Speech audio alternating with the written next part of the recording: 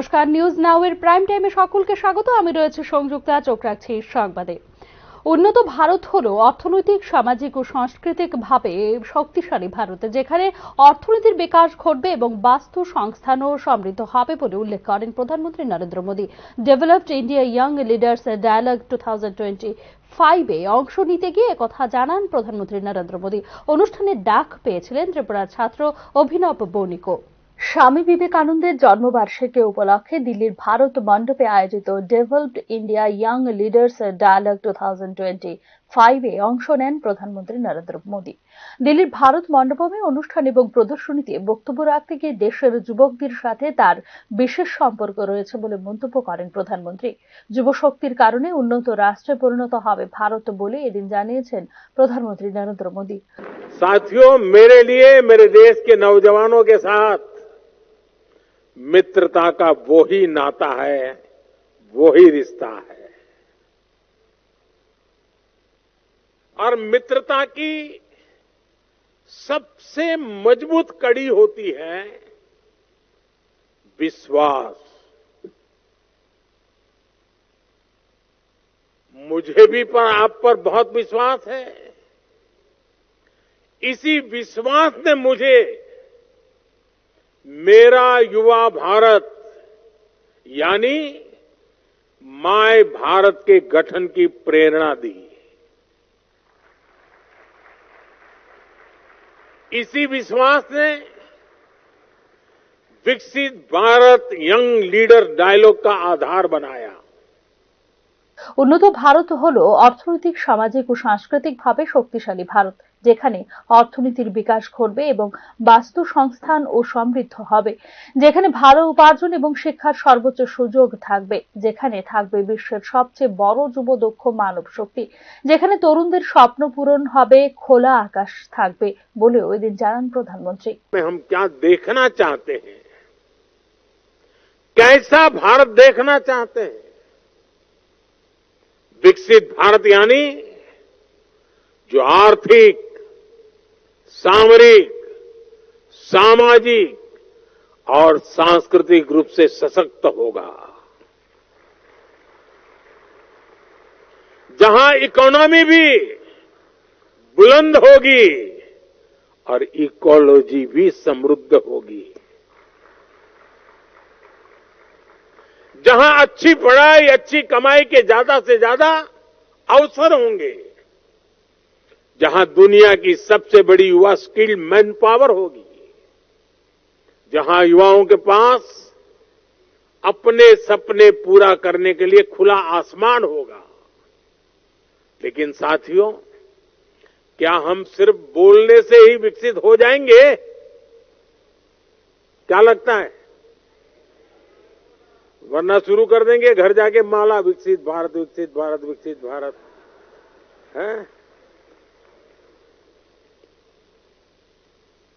जब हमारे हर फैसले की कसौटी एक ही होगी, हर फैसले की कसौटी क्या? विकसित Bharat. Developed India young leaders dialogue 2025 উপলক্ষে প্রদর্শনী চলাকালীন সারা দেশের নির্বাচিত তরুণ বিজ্ঞানীরা প্রধানমন্ত্রী মোদীর কাছে তাদের উদ্ভাবনী অবদান এবং ধারণাগুলি উপস্থাপন করেন। ডিজিটাল প্রযুক্তি, ভার্চুয়াল উদ্ভাবন এবং টেকসই উন্নয়ন লক্ষ্যমাত্রার অগ্রগতিগুলিকে প্রদর্শন করা হয় এদিনের অনুষ্ঠানে। একটি শক্তিশালী, স্বাস্থ্যকর ও সমৃদ্ধ ভারত গড়ার সম্মিলিত উদ্দেশ্যে এই আয়োজন বলে জানিয়েছেন প্রধানমন্ত্রী। উপস্থাপনাগুলি প্রযুক্তি, স্থায়িত্ব, নারীর ক্ষমতায়ন, উৎপাদন এবং কৃষির মতো ক্ষেত্রগুলিকে উদ্দেশ্য করে নির্মাণ করা হয়েছে, যা পরবর্তী সময়ে দেশের চ্যালেঞ্জগুলির সামনে নিজেকে প্রমাণ করতে সক্ষম হবে বলে সেদিন জানিয়েছেন প্রধানমন্ত্রী নরেন্দ্র মোদী। এদিন সারা দেশ থেকে অংশগ্রহণ করা 3000 যুব বিজ্ঞানীদের সাথে মত বিনিময় করেন প্রধানমন্ত্রী নরেন্দ্র মোদী। উল্লেখ করা যেতে পারে, যুব আইকন হিসেবে এই অনুষ্ঠানে যোগ দিয়েছেন বিবেকনগরের রামকৃষ্ণ মিশন বিদ্যালয়ের ছাত্র Abhinav Banik. Bureau report, news now. একদিকে যেমন তথ্য প্রযুক্তির বিষয়টিকে আত্মস্থ করতে হবে ছাত্রছাত্রীদের, তেমনি অপরদিকে এক্ষেত্রে সোশ্যাল মিডিয়া সম্পর্কেও সতর্ক হতে হবে তাদের। রবিবার জাতীয় যুব দিবস উপলক্ষে আয়োজিত অনুষ্ঠানে এরকমটাই পরামর্শ দিলেন রাজ্যপাল ইন্দ্রসেনা রেড্ডি নালু। বিবেকনগর রামকৃষ্ণ মিশন বিদ্যা মন্দিরে আয়োজিত অনুষ্ঠানে বক্তব্য রাখতে গিয়ে দেশ ও জাতি গঠনে ছাত্রছাত্রীদের এগিয়ে আসার আহ্বান রেখেছেন রাজ্যপাল Indrasena Reddy নালু।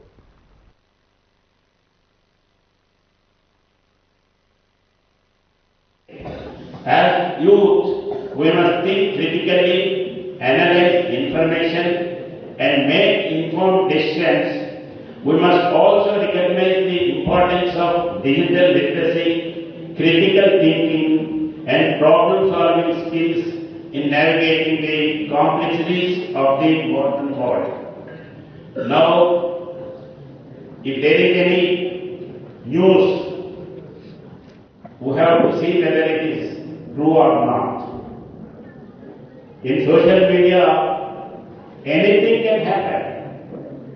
But at the same time, the same social media or the same technology, we have to confirm whether the news is true or not. How? গত 6 বছরে 13,015 জনকে নিয়মিত বেতনক্রমে চাকরি দিয়েছে রাজ্য সরকার। এছাড়াও অনিয়মিত বেতনক্রমে দেওয়া হয়েছে মোট 12,000 চাকরি। রবিবার যুব বিষয়ক ও ক্রীড়া দপ্তর আয়োজিত জাতীয় যুব দিবস অনুষ্ঠানে এরকমটাই জানালেন মন্ত্রী টিঙ্কু রায়। অনুষ্ঠানে বক্তব্য রাখতে গিয়ে গ্রুপ ডি সহ আরো কিছু পদের নিয়োগপত্র শীঘ্রই দেওয়া হবে বলে এদিন জানিয়েছেন মন্ত্রী। আগরতলা রবীন্দ্র শতবার্ষিকী ভবনের আম্রকুঞ্জে আয়োজিত হয় জাতীয় যুব দিবসের এই অনুষ্ঠান।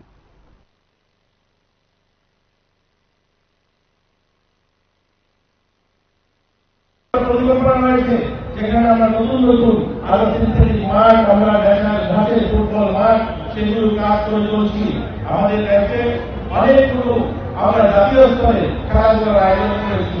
আমরা খুবই খুশি হবেন, ইতিমধ্যে আমরা উত্তর পূর্ব যুব উৎসব প্রার্থী ইউনিয়ন স্কুল গত বছর আমাদের আগরতলাতে অনুষ্ঠিত করেছিলাম।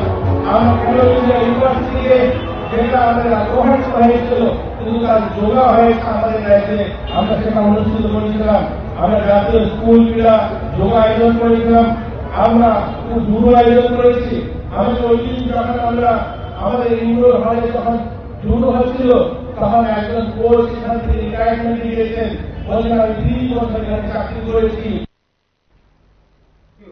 সম্প্রতি রাজ্যের বিভিন্ন স্থানে মাদক ব্যবসায়ীর বাড়িতে হানা দেওয়ার পর মাদক লেনদেনের জব্দ করা নথির সূত্র ধরে তদন্তে এগোচ্ছে এনফোর্সমেন্ট ডিরেক্টরেট। এক্ষেত্রে গ্রামীণ ব্যাংক হাই অফিসিয়ালসদের একাংশকে জিজ্ঞাসাবাদ করছে ইডি। মানি লন্ডারিং আইনের অধীনে ত্রিপুরায় অভিযান চালিয়ে বেশ কিছু গুরুত্বপূর্ণ অবৈধ মাদক লেনদেনের নথি জব্দ করেছে এনফোর্সমেন্ট ডিরেক্টরেট। শুক্রবার ত্রিপুরার 3টি পৃথক জেলায় একাধিক স্থানে অভিযান চালানোর সময় একজন পুলিশ কর্মকর্তার বাসভবন তল্লাশির পাশাপাশি মাদক চোরাচালান এবং অর্থ পাচারের মামলায় জড়িত থাকার অভিযোগে বেশ কয়েকজনের বাড়িতে তল্লাশি চালানোর 24 ঘণ্টা পরে একটি বিবৃতি জারি করেছে এনফোর্সমেন্ট ডিরেক্টরেট। ত্রিপুরায় তাদের অভিযান নিয়ে বিবৃতিতে বলা হয়েছে যে 10 জানুয়ারি তারিখে ত্রিপুরার একাধিক স্থানে সমন্বিত অনুসন্ধান অভিযান পরিচালনা করা হয়েছে prevention of money laundering act 2002 PML এর বিধানের অধীনে। মাদক পাচারের সাথে জড়িত আন্তঃরাজ্য ড্রাগ কার্টেলগুলিকে লক্ষ্য করে এই অভিযান চালানো হয়েছে বলে জানিয়েছে এনফোর্সমেন্ট ডিরেক্টরেট। তল্লাশি অভিযানের সময় গাঁজা, আর্থিক রেকর্ড, বেনামি সম্পত্তির বিবরণ এবং ইলেকট্রনিক ডিভাইসগুলি সহ অন্যান্য অপরাধমূলক প্রমাণগুলি উদ্ধার ও জব্দ করা হয়েছে বলে জানিয়েছে এনফোর্সমেন্ট ডিরেক্টরেট। অভিযান পরিচালনা করার সময় মাদক ব্যবসা এবং অর্থ পাচারের সাথে জড়িত ব্যক্তিদের নথি এবং বিভিন্ন কাগজপত্র পরীক্ষা করে ইডি। এই অভিযানগুলো মূলত পরিচালিত হয় পশ্চিম ত্রিপুরা, দক্ষিণ ত্রিপুরা এবং সিপাহীজলা জেলার বিভিন্ন স্থানে। সেন্ট্রাল রিজার্ভ পুলিশ ফোর্সের জওয়ান সহ প্রায় 250 জন নিরাপত্তা কর্মী ইডি দলকে সহায়তা করেছিলেন অভিযানের সময়। 10 জানুয়ারি সকাল 6টায় গাঁজা এবং ইয়াবা ট্যাবলেটের চোরাচালানে জড়িত মাদক পাচারের মূল হোতাদের বিরুদ্ধে প্রাথমিকভাবে আগরতলা, বিলুনিয়া, বাইখোরা এবং কলমচৌড়াতে একযোগে অভিযান শুরু করেছিল ইডি। অপুরঞ্জন দাস, দেবব্রত দে, বিশু ত্রিপুরা, কামিনী দেববর্মা, তাপস দেবনাথ, লিটন সাহা এবং ধ্রুব মজুমদার নামে মোট 7 জনকে টার্গেট করেছিল এনফোর্সমেন্ট ডিরেক্টরেট। এই ব্যক্তিদের মধ্যে ধ্রুব মজুমদার ত্রিপুরা পুলিশের একজন সহকারী সাব ইন্সপেক্টর এবং বর্তমানে দক্ষিণ ত্রিপুরা জেলার এসপির অধীনে ক্রাইম ব্রাঞ্চ সেকশনে কর্মরত। এদিকে নিউজ নাও এর হাতে আসা তথ্য অনুসারে এই মাদক পাচারের অবৈধ অর্থ লেনদেনের সঙ্গে ত্রিপুরা গ্রামীণ ব্যাংকের একাংশ হাই অফিসিয়ালের জড়িত থাকার সন্ধান পেয়েছে এনফোর্সমেন্ট ডিরেক্টরেট। অভিযানের সময় উদ্ধার করা নথিপত্র, ডিজিটাল প্রমাণ এবং অন্যান্য উপকরণগুলি যাচাই করে মাদক পাচারকারী এবং আর্থিক অপরাধীদের সঙ্গে গ্রামীণ ব্যাংক আধিকারিকদের যুক্ত থাকার বিষয়টি নিয়ে একাংশ ব্যাংক আধিকারিককে জোর জিজ্ঞাসাবাদ চালিয়ে যাচ্ছে এনফোর্সমেন্ট ডিরেক্টরেট। শুধু তাই নয়, আরো বেশ কিছু আধিকারিককে এক্ষেত্রে নোটিশ দেওয়া হয়েছে বলেও নিউজ নাওকে জানিয়েছে ইডি সূত্র। গত 9 জানুয়ারি রাতে ত্রিপুরা গ্রামীণ ব্যাংকের একটি শাখার ব্যাংক আধিকারিকদের ডেকে গভীর রাতে শাখা খুলে এই সংক্রান্ত বেশ কিছু গুরুত্বপূর্ণ নথিপত্র সিজ করেছিল ইডি আধিকারিকরা। এক্ষেত্রে গত 24 ঘন্টায় ত্রিপুরা গ্রামীণ ব্যাংকের 4 জন আধিকারিককে তলব করে জিজ্ঞাসাবাদ করেছে ইডির তদন্তকারী অফিসাররা। উল্লেখ করা যেতে পারে 2023 সালের ত্রিপুরা বিধানসভা নির্বাচনের ঠিক আগে মাদক পাচারের মামলা সংক্রান্ত তদন্তের অংশ হিসেবে পশ্চিম ত্রিপুরা এবং সিপাহীজলা জেলার বিভিন্ন স্থানে অভিযান চালিয়ে কোটি কোটি টাকার ব্যাংক আমানতের নথি জব্দ করেছিল enforcement directorate. Bureau report, news নাও। রাজ্যে ব্যাপক হারে চলছে বনাঞ্চল হ্রাস। সর্বশেষ 2023-24 সালে রিজার্ভ ফরেস্ট এবং রেকর্ডেড ফরেস্ট এরিয়ার মধ্যে সবচেয়ে বেশি বনাঞ্চল কমেছে ত্রিপুরায় বলে নিজেদের রিপোর্টে প্রকাশ করেছে ফরেস্ট সার্ভে অফ ইন্ডিয়া। প্রেক্ষিতে রাজ্য পর্যবেক্ষক দল পাঠানোর সিদ্ধান্ত নিয়েছে কেন্দ্রীয় সরকার। 2022 সালের রিপোর্ট অনুযায়ী মধ্যপ্রদেশ দেশের বৃহত্তম বনভূমি হিসেবে শীর্ষ ছিল। তবে ত্রিপুরা এবং আরো কিছু রাজ্যে বনাঞ্চল ব্যাপক হারে কমার তথ্য নিজস্ব রিপোর্টে প্রকাশ করেছে ফরেস্ট সার্ভে অফ ইন্ডিয়া। 2023-24 সালের সর্বশেষ রিপোর্ট এই তথ্য প্রকাশ করেছে ফরেস্ট সার্ভে অফ ইন্ডিয়া। কেন্দ্রীয় পরিবেশ মন্ত্রকের রিপোর্টে বলা হয়েছে, রিজার্ভ ফরেস্ট এবং রেকর্ডেড ফরেস্ট এরিয়া হ্রাসের ক্ষেত্রে গোটা দেশে সবচেয়ে বেশি বনাঞ্চল কমেছে ত্রিপুরায়। রাজ্যের বিভিন্ন অঞ্চলে বিশেষত নদী সংলগ্ন বনাঞ্চলগুলোতে ক্ষতি হয়েছে উল্লেখযোগ্য মাত্রায়। হাওড়া, গুমতি, খোয়াই, ধলাই এবং অন্যান্য অঞ্চলের বনাঞ্চলে এই ক্ষতির প্রভাব দেখা গেছে রিপোর্টে উল্লেখ করেছে কেন্দ্রীয় পরিবেশ মন্ত্রক। গত কয়েক বছরে প্রায় 232 কিলোমিটার বনভূমি কমে গেছে রাজ্যে, যা পরিবেশগত ভারসাম্যের উপর বিরূপ প্রভাব ফেলতে পারে বলে উল্লেখ করা হয়েছে রিপোর্টে। এদিকে উত্তর পূর্বাঞ্চলের রাজ্যগুলোর মধ্যে অরুণাচল প্রদেশ, মিজোরাম এবং মেঘালয় শীর্ষ থাকলেও ত্রিপুরার এই বেহাল অবস্থার জন্য বন দফতরের ব্যর্থতা এবং অবহেলা দায়ী বলে মনে করছেন সংশ্লিষ্ট তথ্যবিজ্ঞ মহল। বনদস্যুদের দখল এবং প্রশাসনিক দুর্নীতি এই পরিস্থিতির জন্য বড় কারণ বলে মনে করেন পরিবেশবিদরাও। এবার রাজ্যের এই অবস্থানে উদ্বেগ প্রকাশ করে প্রতিনিধি দল পাঠানোর পরিকল্পনা করছেন কেন্দ্রীয় মন্ত্রক। ব্যুরো রিপোর্ট, নিউজ নাও। ভারতীয় মজদুর সংঘের দুই গোষ্ঠীর সংঘর্ষে প্রথমে উত্তেজনাকর পরিস্থিতি এবং পরবর্তী সময়ে একাংশ যান চালকের অনির্দিষ্টকালের জন্য কর্মবিরতির ঘোষণা প্রেক্ষিতে জনদুর্ভোগ চূড়ান্ত পর্যায়ে পৌঁছায় ধর্মনগরে। ভারতীয় মজদুর সংঘের দুই গোষ্ঠীর মধ্যে সংঘর্ষের ঘটনায় রবিবার থেকে অনির্দিষ্টকালের জন্য কর্মবিরতির ঘোষণা দেয় একাংশ যান চালক। প্রেক্ষিতে রবিবার সকাল থেকেই দুর্ভোগের শিকার হন যাত্রী সাধারণরা। এদিন সবচেয়ে বেশি সমস্যার সম্মুখীন হন রেল যাত্রীরা। ধর্মনগর রেল স্টেশন থেকে যাত্রীদের আনা নেওয়ার জন্য একটা বড় অংশের যান চালকরা অসহযোগিতা করায় চরমে ওঠে দুর্ভোগ। এই সুযোগে অতিরিক্ত ভাড়া আদায় করে যাত্রীদের পকেট কাটার সুযোগ পায় একাংশ যান চালক। এদিকে নিজেদের কর্মী সমর্থকদের উপর আক্রমণের প্রতিবাদে অনির্দিষ্টকালের জন্য এই কর্মবিরতি বলে জানিয়েছে প্রাইভেট ট্রান্সপোর্ট মজদুর সংঘ। আমাদের 3 জন শ্রমিককে আহত করা হয়েছে গুরুতরভাবে। তারই প্রতিবাদে আজ আমাদের ভারতীয় প্রাইভেট ট্রান্সপোর্ট মজদুর মহাসংঘের সকল শ্রমিক ভাইয়েরা, সকল মজদুর ভাইয়েরা তারা কর্মবিরতি দিয়েছে। অনির্দিষ্টকালের জন্য তারা কর্মবিরতি দিয়েছে। উল্লেখ করা যেতে পারে, শনিবার দুপুরে ধর্মনগর বিএমএস কার্যালয় চত্বরে একটি কর্মশালার আয়োজনের সময় সৃষ্টি হয় অস্থির পরিস্থিতি। বিএমএস এর দুই গোষ্ঠীর মধ্যে অভিযোগ ও পাল্টা অভিযোগের পরিপ্রেক্ষিতে সৃষ্টি হয় সংঘর্ষের। বিএমএস কার্যালয় দখল করার উদ্দেশ্যে এই সংঘর্ষ বলে একে অপরের বিরুদ্ধে অভিযোগ দায়ের করা হয় ধর্মনগর থানায়। ঘটনার প্রেক্ষিতে পরিস্থিতি নিয়ন্ত্রণে আনতে অতিরিক্ত পুলিশ ও টিএসআর বাহিনী মোতায়েন করা হয় ধর্মনগর শহরে। Bureau report, news now. Natyabhumi আয়োজিত 163তম চন্দন সেনগুপ্ত স্মৃতি জাতীয় নাট্যোৎসব শুরু হবে আগামী 15 জানুয়ারি থেকে। নাট্যোৎসব চলবে আগামী 20 জানুয়ারি পর্যন্ত। রবিবার আয়োজিত সাংবাদিক সম্মেলনে কথা জানিয়েছে নাট্যভূমি কর্তৃপক্ষ। 6 দিন ধরে অনুষ্ঠিত ওই নাট্যোৎসবে প্রদর্শিত হবে 5টি রাজ্যের মোট 6টি নাটক। রবীন্দ্র ভবনে এই নাট্যোৎসবে বিশেষ করে তরুণ প্রজন্মকে অংশ নেবার আহ্বান জানিয়েছেন আয়োজক নাট্যভূমি কর্তৃপক্ষ। যে আমরা নাট্যোৎসব আয়োজন করি তারই 16তম দ্বিবার্ষিক আয়োজন হচ্ছে আগামী 15 জানুয়ারি থেকে, চলবে 20 জানুয়ারি পর্যন্ত। 6 দিনে 5টি রাজ্যের 6টি নাটক সেখানে মঞ্চস্থ হচ্ছে। এই নাট্যোৎসব আগামী 15 তারিখ 6:30টার সময় উদ্বোধন করবেন রাজ্যের প্রবীণ নাট্য ব্যক্তিত্ব রবীন্দ্র ভট্টাচার্য। আইএএস অফিসার হবার কারণে অভিযুক্ত স্বামী তথা বিলোনিয়ার অতিরিক্ত জেলাশাসক কে প্রদীপ কৃষ্ণরাজের বিরুদ্ধে গার্হস্থ্য হিংসা এবং পণের জন্য শারীরিক নির্যাতনের মামলা গ্রহণ করেনি বিলোনিয়া থানার পুলিশ বলে অভিযোগ করলেন স্ত্রী এম.জে. ডিফে। সাংবাদিক সম্মেলন করে এই অভিযোগ করলেন পেশায় চিকিৎসক ডক্টর এম.জে. ডিফে। আইএএস অফিসার হওয়ায় পণের জন্য শারীরিকভাবে নিগৃহীত করে হাত ভাঙার পরেও পুলিশ তার বিরুদ্ধে মামলা নেয়নি বলে রবিবার সাংবাদিক সম্মেলনে অভিযোগ করেন বিলোনিয়ার অতিরিক্ত জেলা শাসক কে প্রদীপ কৃষ্ণরাজের স্ত্রী এম.জে. ডিফি। এদিন আগরতলা প্রেস ক্লাবে আয়োজিত সাংবাদিক সম্মেলনে এই অভিযোগ করেন পেশায় চিকিৎসক এম.জে. ডিফি। পণের জন্য তার উপর ক্রমাগত শারীরিক এবং মানসিক নির্যাতনের আইনত বিচারও চেয়েছেন বিলোনিয়ার অতিরিক্ত জেলা শাসক কে প্রদীপ কৃষ্ণরাজের স্ত্রী MJ. Diffie. Actually, they didn't.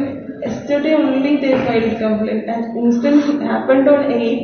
But since, as he told, he has power, he can do anything, and no one will do anything. They didn't look the case, and yesterday only FIR was even filed. आपने FIR किया है क्या? कहाँ पर किया था FIR? Belonia. He is saying that he has power, he can do anything, he can even kill anyone or like that. But everyone should be equal before the law. So the right punishment should be given to him. 2022 সালের 21 March কে প্রদীপ Krishnaraj doctor MJ. ডিফিকে বিয়ে করেছিলেন তার পৈতৃক বাড়ি তামিলনাড়ুতে। বিয়ের পরের প্রথম দিনগুলি শান্তিপূর্ণভাবে কাটলেও 3 মাস পর থেকে শুরু হয় পণের জন্য শারীরিক এবং মানসিক অত্যাচার। কে প্রদীপ কৃষ্ণরাজ এবং তার পরিবারের সদস্যরা ডক্টর ডিফি এবং তার বাবার উপর চাপ বাড়াতে শুরু করে পণের জন্য। স্বামী এবং তার পরিবারের দ্বারা তার উপর করা শারীরিক ও মানসিক চাপ সহ্য করতে না পেরে ডক্টর ডিফি গার্হস্থ্য সহিংসতার মামলাও করেছিলেন কেরলার একটি আদালতে। গত 8 জানুয়ারি সকালে ডক্টর ডিফি তার বাবা মণিকান্দনের সাথে তার এডিএম স্বামী কে প্রদীপ কৃষ্ণরাজের সরকারি বাসভবনে ঢোকার চেষ্টা করলে তাদের দুজনকে অকথ্য ভাষায় গালিগালাজ শুরু করে আইএএস আধিকারিক বিলোনিয়ার অতিরিক্ত জেলা শাসক কে প্রদীপ কৃষ্ণরাজ। শুধু তাই নয়, স্ত্রী ডক্টর ডিফির হাতও ভেঙে দেন স্বামী কে প্রদীপ কৃষ্ণরাজ। প্রাথমিকভাবে বিলোনিয়া হাসপাতালে ভর্তি হবার পর পরবর্তী সময়ে জেবি হাসপাতালে ভর্তি হন ডক্টর ডিফি। ঘটনার পরে বিলোনিয়া থানায় অভিযোগ দায়ের করলে অভিযুক্ত ব্যক্তি আইএএস অফিসার হয় প্রাথমিকভাবে তার মামলা গ্রহণ করা হয়নি বলে সাংবাদিক সম্মেলনে অভিযোগ করেন ডক্টর ডিফি। শেষে উপায়ন্তর না দেখে অভিযোগ লিপিবদ্ধ করা হয় মহিলা কমিশনে। ব্যুরো রিপোর্ট, নিউজ নাও। এখন সময় একটি বিজ্ঞাপন বিরতির, ফিরছে বিরতির পর। আপনি দেখছেন নিউজ নাও, আমরা জানি কোনটা খবর। প্রথম আলো এলো শুদ্ধ সকাল, শুদ্ধ সলিলে আজ বাজালো ত্রিতাল, মন্দিরে শুদ্ধ পূজার ধ্বনি, অগ্নি শুদ্ধ হর সিঞ্জিনী, পরিণীতা নারী তুমি অনুপমা, শুদ্ধ সোনায় সাজো হে নিরুপমা। শুদ্ধতার স্বর্ণ মন্দির, তালিকা জুয়েলার্স, আগরতলা। একটু চেষ্টাতেই দুল লেগে যায় নববধূর কানে, একটু চেষ্টাতেই মানিয়ে নেওয়া যায় বিবাহিত জীবনে। নানা অনুভূতি জড়ানো বিয়ের গয়না, শ্যাম সুন্দর কোম্পানি জুয়েলার্স। আপনি দেখছেন নিউজ নাও, আমরা জানি কোনটা খবর। বিরতির পর স্বাগত, আবারও চোখ রাখছে সংবাদে। পানিসাগর সেক্টরের অধীনে সীমান্ত এলাকার অপারেশনাল পরিচালনার পর্যালোচনা করেছেন আইজিবিএসএফ ত্রিপুরা ফ্রন্টিয়ারের ইন্সপেক্টর জেনারেল অশ্বিনী কুমার শর্মা। শনি এবং রবিবার যথাক্রমে কমলপুর এবং কৈলাসহর সীমান্ত এলাকার বর্ডার অপারেশনাল পোস্ট পরিদর্শন করেন আইজিবিএসএফ অশ্বিনী কুমার শর্মা। পরিদর্শনকালে আইজি শর্মাকে বর্তমান সীমান্ত নিরাপত্তা পরিস্থিতি সম্পর্কে অবহিত করেন ব্যাটালিয়ন কমান্ডাররা। মনুঘাটে ইন্টিগ্রেটেড চেকপোস্ট পরিদর্শনও করেন আইজি অশ্বিনী কুমার শর্মা, যেখানে বর্ডার গার্ড বাংলাদেশের কর্মীদের একটি ফলের ঝুড়ি উপহার দেন তিনি।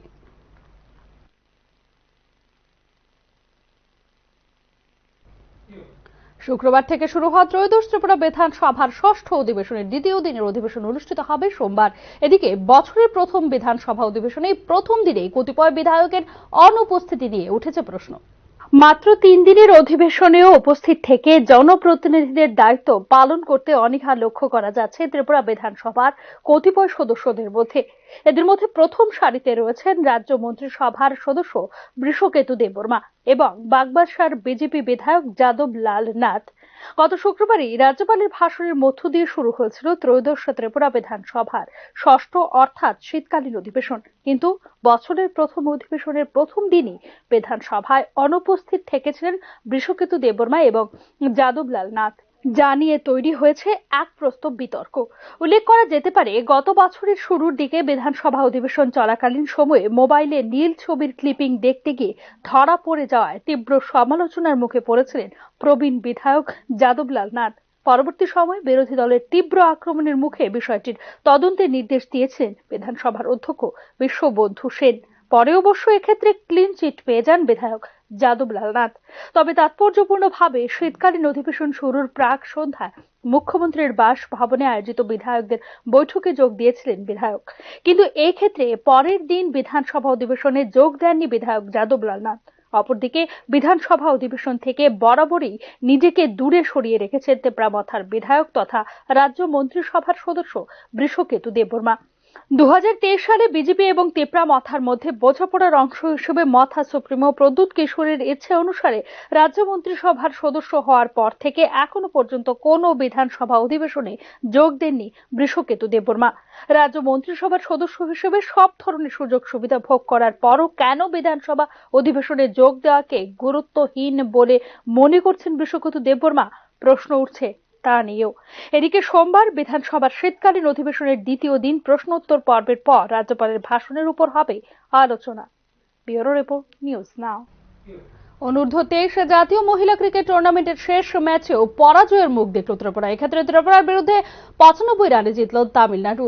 রবিবার জামশেদপুরের শহীদ নির্মল মাহাতো স্টেডিয়ামে প্রথমে ব্যাটিং করার সিদ্ধান্ত নেয় তামিলনাড়ু। নির্ধারিত 20 ওভারে 5 উইকেটের বিনিময়ে 161 রান সংগ্রহ করে তামিলনাড়ু দল। জবাব দিতে নেমে 20 ওভারে মাত্র 66 রান সংগ্রহ করতে সক্ষম হয় ত্রিপুরা দল। উল্লেখ করা যেতে পারে, এই গ্রুপে মোট 5টি ম্যাচের মধ্যে মাত্র একটিতেই জয়ী হয় ত্রিপুরা।